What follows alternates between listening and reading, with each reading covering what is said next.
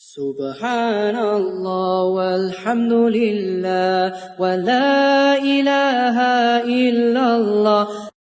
Самым большим заблуждением является, что нас внушает нам мысль, будто бы Он зовет нас к свободе, путем освобождения от того, что мы считаем ограничениями.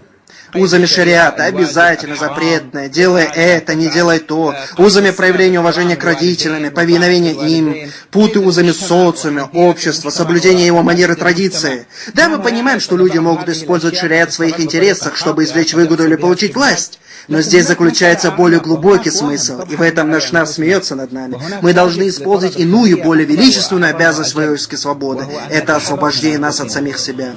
Всякая борьба во имя свободы, будь то политическая, экономическая, социальная, культурная, не может полностью воплотиться в жизнь или привести к какому-либо совершенному результату до тех пор, пока человек не перестанет быть рабом самого себя.